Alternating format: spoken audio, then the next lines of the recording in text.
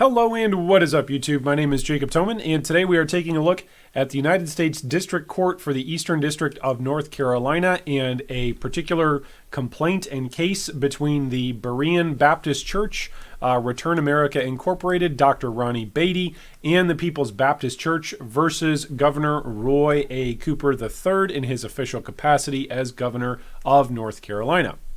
So, this is a rather lengthy document. Anything that is underlined or highlighted has been underlined or highlighted by the source who sent this to me. So thank you so much to our source who sent this. This particular decision came down on May 16th was when this particular piece of legal document was released. The link to this particular document, if you want to take a look at it or observe it for yourself, that's going to be down below in the video description or, of course, on our blog website. All right, so without any further ado, let's jump right into this particular document. On May 14th, 2020, Berean Baptist Church, Return America, Dr. Ronnie Beatty, and People's Baptist Church filed a verified complaint seeking injunctive relief for the violation of their First Amendment rights and requested an emergency temporary restraining order. Specifically, plaintiffs contend that Governor Roy Cooper Executive Order 138 concerning COVID-19 and a general requirement that all worship services involving more than 10 people must be held, quote, outdoors unless impossible to hold outdoors violates the free exercise clause of the First Amendment. As part of their challenge, plaintiffs note that Governor Cooper's Director of Legislative Affairs issued guidance for religious services and mass gathering restrictions. That guidance stated in situations where it is not possible to conduct worship services outdoors or through other accommodations, such as through, for example, a series of indoor services of 10 or fewer attendees, or through online services, the 10-person attendance limit on indoor worship services does not apply. For example, there may be situations where particular religious beliefs dictate that some or all of the religious service must be held indoors and that more than 10 persons must be in attendance. They also note that Governor Cooper's Executive Order 138 permits countless non-religious gatherings to take place inside without limiting such gatherings to 10 people and without requiring those attending such gatherings to, in essence, be prepared to prove under penalty of criminal prosecution that it is impossible to gather outside. Essentially, plaintiffs contend that the Assembly for Religious Worship provisions in Governor Cooper's Executive Order 138 violate the free exercise clause of the First Amendment by not treating religious entities and individuals equally when compared to countless non-religious entities and individuals. On May 15th, 2020, the court held a hearing. Solicitor General Ryan Park appeared on behalf of Governor Cooper and submitted a declaration from Dr. Elizabeth Tilson, the Chief Medical Officer for the North Carolina Department of Health and Human Services. There is no pandemic exception to the Constitution of the United States or the Free Exercise Clause of the First Amendment. Plaintiffs have demonstrated that they are likely to succeed on the merit of their free exercise claim concerning the Assembly for Religious Worship provisions in Executive Order 138. That they will suffer irreparable harm absent a temporary restraining order, that the equities tip in their favor, and that a temporary restraining order is in the public interest. Thus, having considered the entire record in governing law, the court grants plaintiffs' motion for a temporary restraining order. For those of you who are wondering what that means, it means that the things that the plaintiffs were bringing before the court, the complaints that they were bringing regarding their free exercise rights from the First Amendment, that temporary restraining order against the executive order has been granted. So what they were asking for has been granted. From here on out, this is an explanation of the temporary restraining order. And if this particular case continues to go down the line, at least as is constituted by this particular court that is viewing it now, it is in their particular view that the plaintiffs are likely to succeed as this continues. So that is why a temporary restraining order has been granted. Okay. Let's continue. For purposes of this temporary restraining order only, the court draws the facts largely from plaintiff's verified complaint. On March 10, 2020, the governor responded to COVID-19 with Executive Order number 116 by declaring a state of emergency for North Carolina and thereafter issuing a series of executive orders attempting to prevent the spread of COVID-19 within North Carolina. Roy Cooper, in his official capacity as governor of the state of North Carolina, is responsible for enacting and enforcing the COVID-19 executive orders at issue in this case and is sued in his official capacity only. In their complaint, plaintiffs challenged the governor's executive orders number 117, 120, 121, 135, and 138, issued March 14th, March 27th, March 23rd, April 23rd, and May 5th, 2020, respectively, as being unconstitutionally, both facially and as applied to plaintiffs, because the orders treat religious gatherings less favorably than similar non-religious gatherings.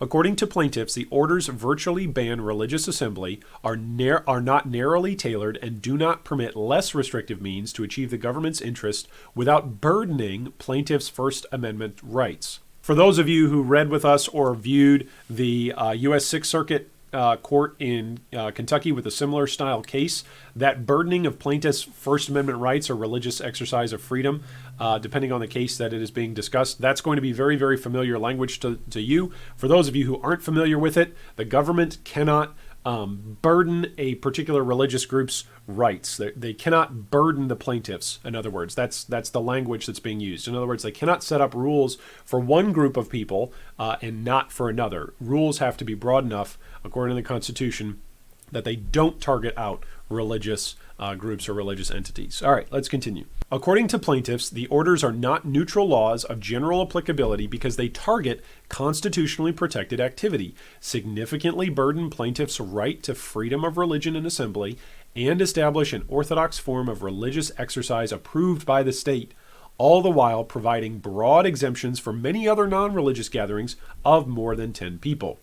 Plaintiff Berean is a nonprofit church incorporated under the laws of North Carolina and organized exclusively for religious purposes under Section 501c3 of the Internal Revenue Code. Berean is located in Winston-Salem, North Carolina. Plaintiff Return America is a nonprofit corporation incorporated under the laws of North Carolina and organized for religious and educational purposes within the meaning of Section 501c3 of the Internal Revenue Code.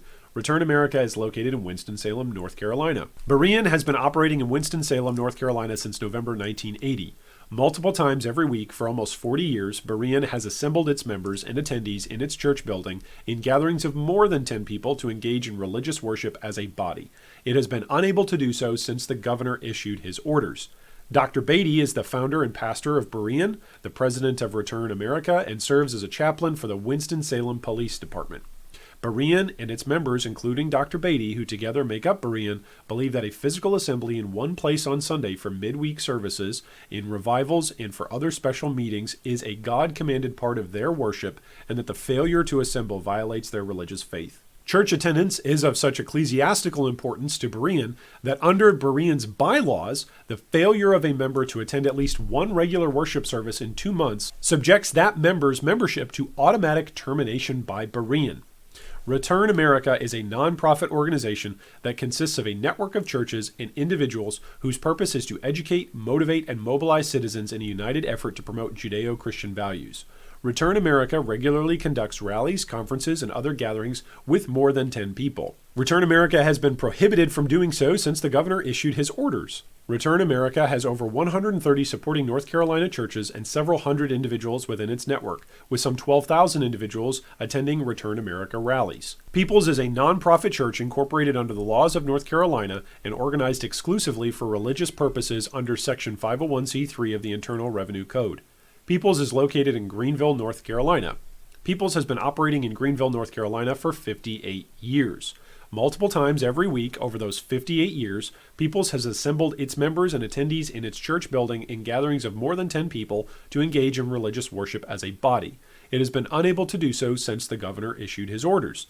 Peoples and its members believe that a physical assembly in one place on Sunday for midweek services, in revivals, and for other special meetings is a God-commanded part of their worship, and that the failure to assemble violates their religious faith. Church attendance is of ecclesiastical importance to Peoples. Under Peoples' bylaws, a qualification for membership is being engaged in regular church attendance. If a member fails to attend for 6 months, the member may automatically be placed on the inactive list. According to plaintiffs, they have peaceably complied with the orders that have limited their religious worship gatherings to 10 people or forced them to hold much less acceptable electronic meetings. They have done so in furtherance of their strong interest in protecting their congregants, respect for and obedience to authority, and assurances from the governor that the restrictive measures imposed by the orders would be very temporary. Plaintiffs now challenge the orders due to the, quote, disparate, unequal, discriminatory, unfavored, hostile, and most restrictive treatment of plaintiffs' religious and other First Amendment gatherings over other secular gatherings. Their congregants need comfort from their church after they have been forced to remain in their homes for weeks and weeks. The ever-lengthening infringement by the orders upon their God-commanded duty to corporately assemble for worship in their houses of worship, and their concern over the state's interference in the very form and method of their most important of their ecclesiastical functions, religious worship. On March 10, 2020, the governor issued EO 116 declaring a state of emergency as defined in North Carolina General Statute, see statute, for North Carolina based on the public health emergency posed by COVID-19. North Carolina remains under the state of emergency. On March 14, 2020, the governor issued EO 117 prohibiting for 30 days mass gatherings of, quote, more than 100 people in a single room or single space at the same time, such as an auditorium, stadium, arena, large conference room, meeting hall, theater, or any other confined indoor or outdoor space. EO 117 exempted from the mass gathering prohibition numerous categories of gatherings, including, quote, normal operations at airports, bus and train stations, medical facilities, libraries, shopping malls and centers, or other spaces where more than 100 persons are gathered. It also does not include office environments, restaurants, factories, grocery stores, or other retail establishments. EO 117 authorized criminal prosecution of violations of EO 117 as Class 2 misdemeanors. The governor issued EO 120 on March 23, 2020 to be in effect for 30 days. EO 120 reduced the maximum number of persons to 50 who could lawfully gather in mass gathering, and again excluded from the definition of mass gatherings normal operations at airports, bus and train stations, medical facilities, libraries, shopping malls, and centers, as well as office environments, factories, grocery stores, and childcare facilities. EO 120 also closed entertainment facilities and personal care and grooming facilities, and again authorized the criminal prosecution of violations. The governor issued EO 121 on March 27, 2020, and ordered all individuals in North Carolina to stay at home and practice social distancing as much as reasonably possible, and permitted individuals to leave their homes, quote, only for essential activities, essential governmental operations, or to participate in or access COVID-19 essential business and operations, as defined in EO 121. The first category of EO 121's list of COVID-19 essential business or operations was businesses that meet social distancing requirements, which had no limit placed on the number of employees and customers allowed to gather except at the point of sale or purchase. The governor also included as an essential business or operation, quote, religious entities, religious facilities, entities, groups, gatherings, including funerals. Also, services, counseling, pastoral care, and other activities provided by religious organizations to the members of their faith community. All of these functions are subject to the limitations on events or convenings in Section 3 of this executive order. The governor included religious entities as one of only two categories of the 30 essential business and operations that were subject to EO 121's Section 3 requirements. The other one was funeral services.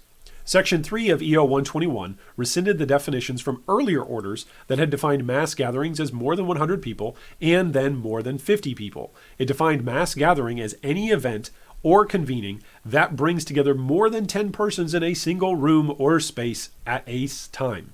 It defined mass gatherings as, quote, any event or convening that brings together more than 10 persons in a single room or single space at the same time. It excluded from the 10-person limit normal operations at airports, bus and train stations, medical facilities, libraries, shopping malls, and centers, or any COVID-19 essential business or operation. Section 3 capped funeral services at 50 people and religious gatherings at 10 people. On April 23, 2020, the governor issued EO 135, extending the mass gathering prohibition of EO 120 and all of EO 121 until May 8th of 2020. On May 5th, 2020, the governor issued EO 138, in which he began lifting the stay-at-home order by permitting individuals to leave their homes beginning May 8th, only for, quote, allowable activities as the governor defined. Otherwise, the governor ordered individuals to continue to stay at home. EO 138's allowable activities include to worship or exercise First Amendment rights. EO 138's definition of mass gatherings now excludes, quote, gatherings for worship or exercise of First Amendment rights, which would appear to exclude gatherings for worship from the 10-person limit in any other confined indoor or outdoor space required of a mass gathering. However, Executive Order 138 then requires gatherings with more than 10 people to take place outdoors unless impossible. EO 138, the governor still considers funeral services a mass gathering, but the governor permits up to 50 people to gather for a funeral service. In EO 138, the governor also excluded from the definition of mass gatherings events in which the participants all stay within their cars, such as at a drive-in movie theater. On May 11, 2020, Lee Liley, the Director of Legislative Affairs for the Office of Governor Cooper, notified North Carolina senators that the governor's office has, quote, issued guidance to assist congregants and public officials regarding how religious worship services may be safely convened. According to the guidance, EO 138 applies to religious services. In addition, indoor worship services and weddings are allowed for gatherings of 10 people or fewer in the same confined space. The guidance also interprets EO 138 to mean that, as a general rule, religious entities may only assemble with more than 10 people if they meet outdoors. The guidance then states that the 10-person indoor attendance limit does not apply if it's not possible to meet outdoors. The guidance then gives an example of impossibility to include when, quote, particular religious beliefs dictate that some or all of a religious service must be held indoors and that more than 10 persons must be in attendance. According to the plaintiffs, EO 138 has made the right to gather inside for religious worship dependent upon the religious beliefs of the gathering participant, not upon the participant's age, health, or background. Thus, according to the plaintiffs, under pain of criminal prosecution, if the participant does not hold the state's established religious belief or is not prepared to prove, quote, impossibility, the participant must gather for worship outside when worshiping with more than 10 people. Plaintiffs assert 3 claims. In count 1, plaintiffs contend that the orders on their face or as applied violate the free exercise rights under the First and 14th Amendments. In count 2, plaintiffs contend that the orders on their face or as applied violate the Establishment Clause under the First and 14th Amendments. In count 3, plaintiffs contend that the orders on their face or as applied violate their right to assemble under the First and 14th Amendment. The plaintiffs seek declaratory and injunctive relief. The court has considered plaintiffs' requests for a temporary restraining order under the governing order. Okay, so all of that was the background. So now we're going to jump into what the court actually decided here as of May 16th. The court has considered plaintiffs' requests for a temporary restraining order under the governing standard. The plaintiffs have established that 1, they are likely to succeed on the merits of their claim that the Assembly for Religious Worship provisions in EO 138 violate their rights under the Free Exercise Clause of the First Amendment. 2, they are likely to sufferable irreparable harm under absent a temporary restraining order. And 3, the balance of the equities tips in their favor. And 4, a temporary restraining order is of the public interest. So those are like the 4 qualifications that courts use to determine whether or not a temporary restraining order is going to be granted or not. There are 4 considerations, and that's the court laying out those 4. The plaintiffs have demonstrated a likelihood of success on their claim that the Assembly for Religious Worship provisions in EO 138 and the guidance violate their rights under the Free Exercise Clause of the First Amendment. The First Amendment provides that the Congress shall make no law respecting an establishment of religion or prohibiting the free exercise thereof. Law that is neutral and of general applicability need not be justified by a compelling governmental interest, even if the law has the incidental effect of burdening a particular religious practice. Neutrality and general applicability are interrelated, and failure to satisfy one requirement is likely indication that the other has not been satisfied.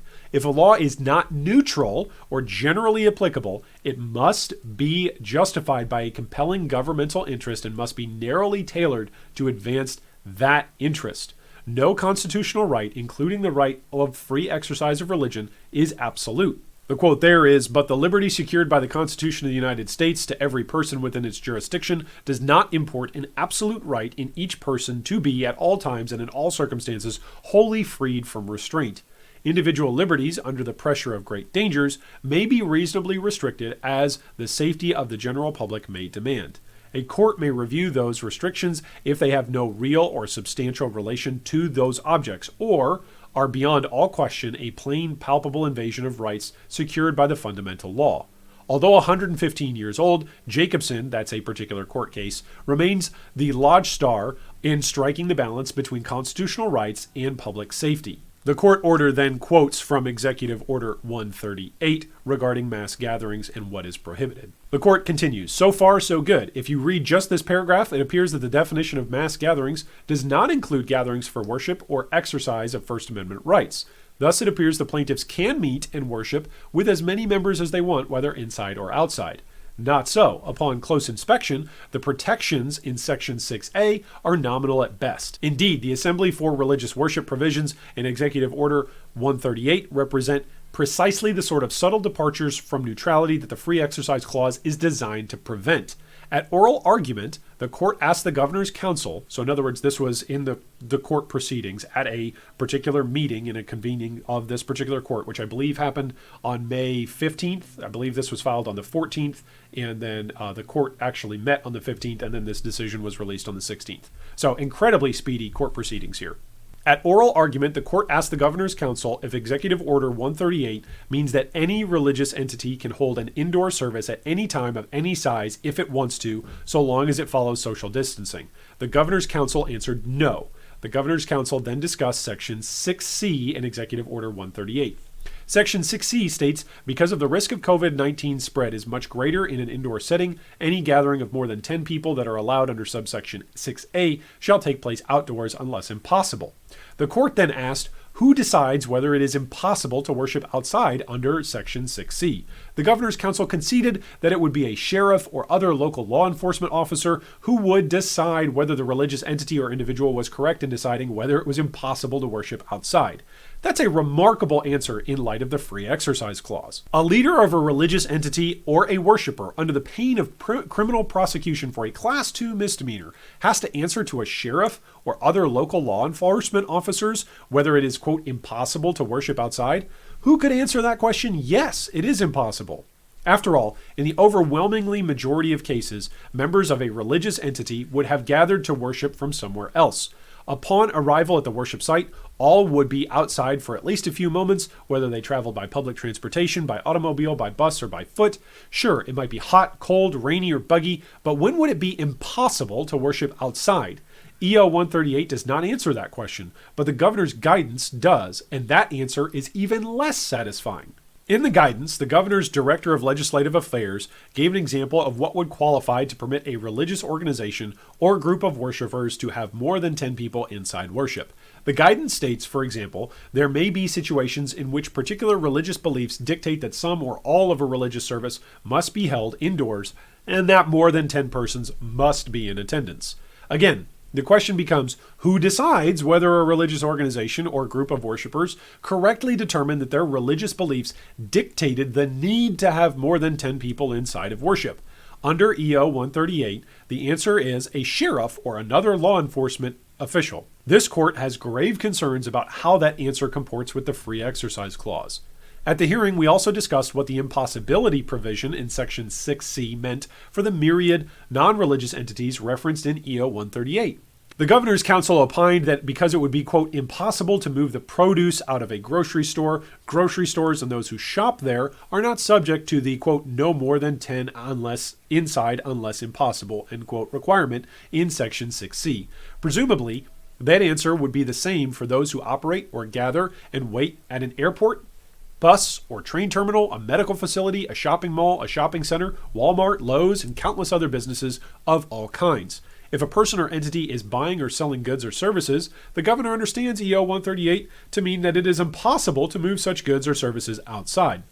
Thus, the, quote, no more than 10 inside unless impossible requirement in Section 6C does not apply to vast swaths of individuals and businesses. Rather, all such individuals and businesses must do to comply with Section 6A of EO 138 is to ensure that people follow the recommendations to promote social distancing and reduce transmissions as much as possible, and they circulate within the space so there is no sustained contact between people. Not so for religious entities or worshipers.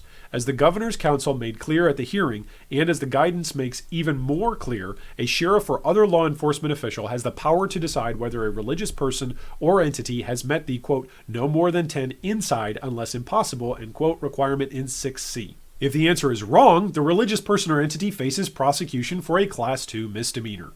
These glaring inconsistencies between the treatment of religious entities and individuals and non-religious entities and individuals take EO 138 outside the, quote, safe harbor for generally applicable laws. But wait, there's more inconsistency. In Section 6D, the governor discusses funerals. Section 6D states, notwithstanding the above, and in an effort to promote human dignity and limit suffering, mass gatherings at funerals are permitted up to 50 people. People meeting at a funeral should observe the recommendations to provide social distancing and reduce transmission to the extent possible. At oral argument, the governor's counsel conceded that there is no public health rationale for allowing 50 people to gather inside at a funeral, but to limit an indoor religious worship service to no more than 10 people. Some funerals are religious. Some funerals are not religious. The governor's counsel could not explain why the governor trusts those who run funerals to have 50 people inside to attend the funeral, but only trusts religious entities and individuals to have 10 people inside to worship. Plaintiffs have demonstrated that they are likely to succeed on merits because the Assembly for Religious Worship provisions in EO 138 and the guidance place a burden on the plaintiffs' free exercise of religion. Quote, they don't seek to insulate themselves from North Carolina's general public health guidelines. They simply wish to incorporate them into their worship services. They are willing to follow any hygiene requirements. The governor has offered no good reason for refusing to trust the congregants who promise to use care in worship in just the same way he trusts accountants, lawyers, and laundromat workers to do the same. How can the same person be trusted to comply with social distancing and other health guidelines in secular settings, but not trusted to do the same in religious settings? 11 men and women can stand side by side, working indoors Monday through Friday at a hospital, at a plant, or at a package distribution center and can be trusted to follow social distancing and hygiene guidance. But those same 11 men and women cannot be trusted to do the same when they worship inside together on Saturday or Sunday. The distinction defies explanation, or at least the governor has not provided one. This court does not doubt that the governor is acting in good faith to lessen the spread of COVID-19 and to protect North Carolinians. But restrictions inexplicably applied to one group and exempted from another do little to further these goals and do much to burden religious freedom. Moreover, it does not make a difference that faith-based bigotry did not motivate EO 138. The Constitution makes the bar higher than that. The constitutional benchmark is governmental neutrality, not governmental avoidance of bigotry. A law is not neutral and generally applicable unless there is neutrality between religion and non-religion. And a law can reveal a lack of neutrality by protecting secular activities more than comparable religious ones. Importantly, all laws are selective to some extent, but categories of selection are of paramount concern when a law has the incidental effect of burdening religious justice. The Free Exercise Clause protects religious observers against unequal treatment. The Assembly for Religious Worship provisions in EO 138 starkly illustrate the extent to which religious entities and individuals are not subject to a neutral or generally applicable law. The record at this admittedly early stage of the case reveals that the governor appears to trust citizens to perform non-religious activities indoors, such as shopping or working or selling merchandise, but does not trust them to do the same when they worship indoors together. The principle that government in pursuit of legitimate interests cannot in a selective manner impose burdens only on conduct motivated by religious belief is essential to the protection of the rights guaranteed by the Free Exercise Clause. Notably, 15 other governors trusted the people of their states and exempted religious gatherings from any attendance limitations during this pandemic. The governor has failed to cite any peer-reviewed study showing that religious interactions in those 15 states have accelerated the spread of COVID-19 in any manner distinguishable from non-religious interactions. Likewise, common sense suggests that religious leaders and worshipers, whether inside or outside North Carolina, have every incentive to behave safely and reasonably, whether working indoors, shopping indoors, or worshiping indoors. The governor cannot treat religious worship as a world apart from non-religious activities with no good or, more importantly, constitutional explanation.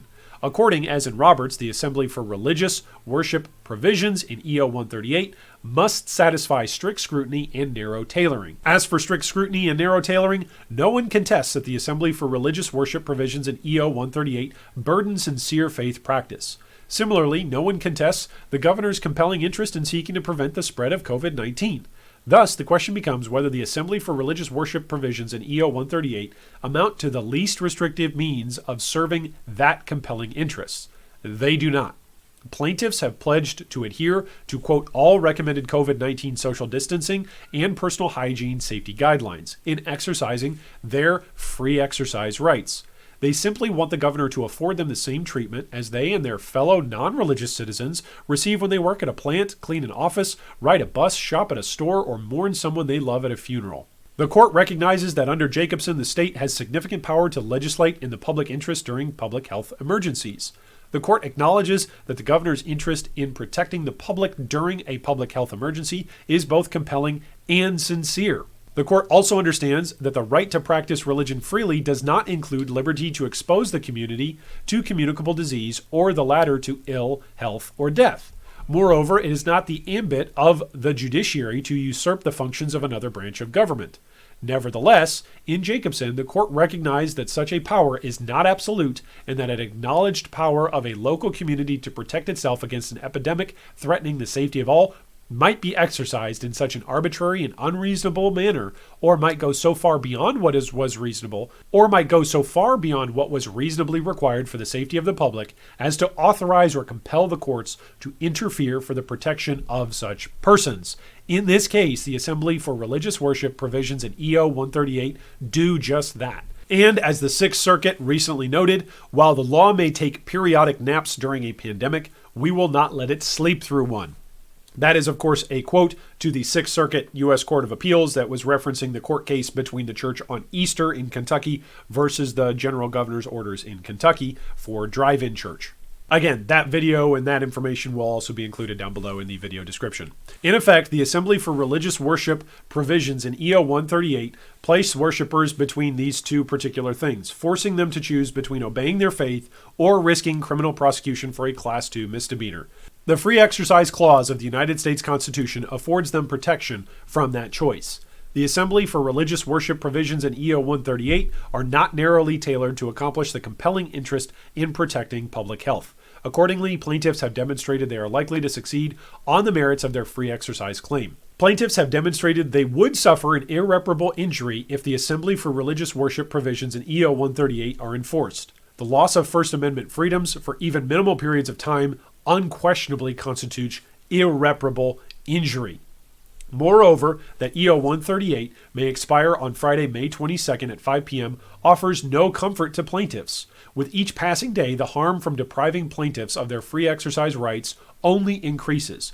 Accordingly, enforcing the Assembly for Religious Worship provisions in EO 138 constitutes irreparable injury. The court also must balance the equities before granting a temporary restraining order. Here, the temporary restraining order concerns a portion of an executive order of the governor and necessarily implicates the public interest. The public has a compelling interest in preventing the spread of COVID-19. Lives are at risk, particularly among the elderly and those with pre-existing conditions such as obesity, diabetes, hypertension, and lung disease. But the instinct for self-survival is strong. The court trusts worshipers and their leaders to look after one another and society while exercising their free exercise rights, just as they and their fellow citizens, whether religious or not, do when engaged in non-religious activities. Plaintiffs have pledged to practice social distancing and other public health guidelines, just like others under EO 138. Accordingly, the equities tip in favor of granting a temporary restraining order. As for the public interest, it favors a temporary restraining order. After all, quote, the treatment of similarly situated entities in comparable ways serves public health interests at a time it preserves a bedrock free exercise guarantee. As for the scope of temporary restraining order, district courts have broad discretion when fashioning injunctive relief. Once a constitutional violation is found, a federal court is required to tailor the scope of the remedy to fit the nature and extent of the constitutional violation. Accordingly, the scope of the injunction is not dictated by the geographical extent of the plaintiff's class. Rather, the injunction must be carefully addressed to the circumstances of the case. Additionally, injunctive relief should be no more burdensome to the defendant than necessary to provide complete relief to the plaintiffs. The court exercises its discretion to enjoin enforcement of the Assembly for Religious Worship provisions in EO 138. At the hearing, plaintiffs asked the court to issue a statewide injunction, and the Governor's Council confirmed that the Assembly for Religious Worship provisions in EO 138 apply to all who assemble for religious worship throughout North Carolina. Moreover, the Assembly for Religious Worship provisions in EO 138, by their terms, prohibit not just Bereans Baptist or People's Baptist from holding indoor worship activities with more than 10 people, but necessarily prohibit all worshipers in North Carolina from such worship. Stated differently, the scope of the free exercise violation caused by the Assembly for Religious Worship provisions in EO 138 involves every religious activity in North Carolina where more than 10 people gather indoors for worship. Accordingly, the court issues a statewide injunction. In sum, the court grants plaintiff's emergency motion for a temporary restraining order. Defendant, any of his agents, employees, and state or local law enforcement officers are enjoined from taking any enforcement action against plaintiffs or any other worshipers pursuant to the Assembly for Religious Worship provisions in EO 138. As set forth in Section 6D of EO 138, any person or group of people gathering to worship should observe the recommendations to promote social distancing and reduce transmissions to the extent practicable. This order shall remain in place no longer than 14 days. No bond is required. The court schedules a hearing on plaintiff's motion for a preliminary injunction on Friday, May 29 at 11 a.m. in Courtroom 1 of the Terry Sanford Federal Building, New Bern Avenue, Raleigh, North Carolina. Plaintiff's brief in support of their motion for a preliminary injunction is due on Thursday, May 21. Defendant's response is due Tuesday, May 26. Plaintiff's reply is due Wednesday, May 27. If EO 138 expires, the parties shall promptly notify the court. So ordered, United States District Court, James C. Dever III. Wow, what a piece of court order. This is absolutely amazing. Hopefully this is encouraging to you. This was encouraging to me to see that constitutional rights are being upheld, that constitutional rights are being brought before courts in multiple different states. Wasn't it amazing and interesting to hear earlier that there are 15 different states that have not been able to put forward any kind of limitations on various religious gatherings. And please note as well, yes, this is coming from two different churches. This particular case is coming from two different churches that are Judeo-Christian in their background. But note that the executive order from 138 was prohibiting all such worship. That would have been anyone and everyone, regardless of whether you're Christian, Muslim, Jew, Hindu, doesn't matter what you are. If you were gathering with 10 people for the express purpose, or more than 10 people for the express purpose of religious worship, you were subject to a Class 2 misdemeanor in North Carolina. So thank goodness that James C. Dever III and the court here in North Carolina for the Eastern District of North Carolina has ruled in such a way to grant this temporary motion. And this will be interesting to see and to follow up with exactly how this plays out. And of course, as more and more executive orders continually come down and more extensions of quarantines come out on a state and local level, everything is different depending on the state or depending on the district that people are in. But I am so glad to see that Berean Baptist Church, that Return to America, that Dr. Ronnie Beatty, and that People's Baptist Church took a stand here and followed the legal procedures. They didn't go out and riot. They didn't go out and cause a big fuss. They didn't seek to disobey their local governance. Rather, they sought to submit to their local authorities, and they used the means that were available to them inside the law to bring forward their case and state their case. And praise God for that they were submitting to their leadership, but that at the same time, submitting to their leadership didn't mean that they were simply willing to give up whatever their leadership prior to the current leadership had stated they already had, which was their constitutional right to gather. Thanks so much for watching today on Toman's Tome. I hope today is the day that you have learned something new and exciting right here at Toman's Tome.